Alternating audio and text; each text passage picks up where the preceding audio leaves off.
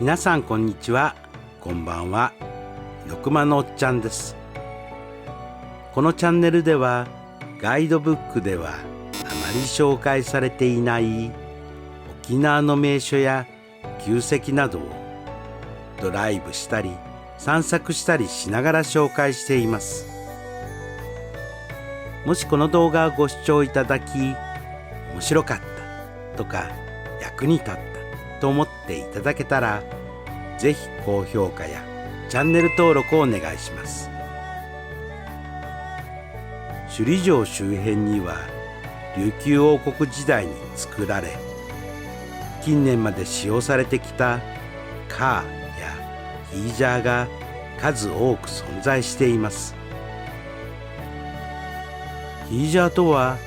離れた水源から水路で水を導き、問いから水が流れ出る形式のものを言います。これに対しカーとは垂直に掘られた底辺に周囲から水が湧き出る形式のものを指します。琉球石灰岩の丘陵に築城された首里城は、かつては深い森に覆われていたと言われています。その森に蓄えられた雨水は、水を通しやすい琉球石灰岩の地層に染み込み、豊かな地下水脈を発達させました。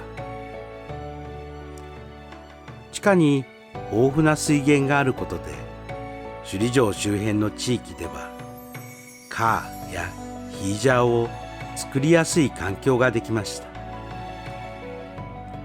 そんな水に恵まれた首里城近くの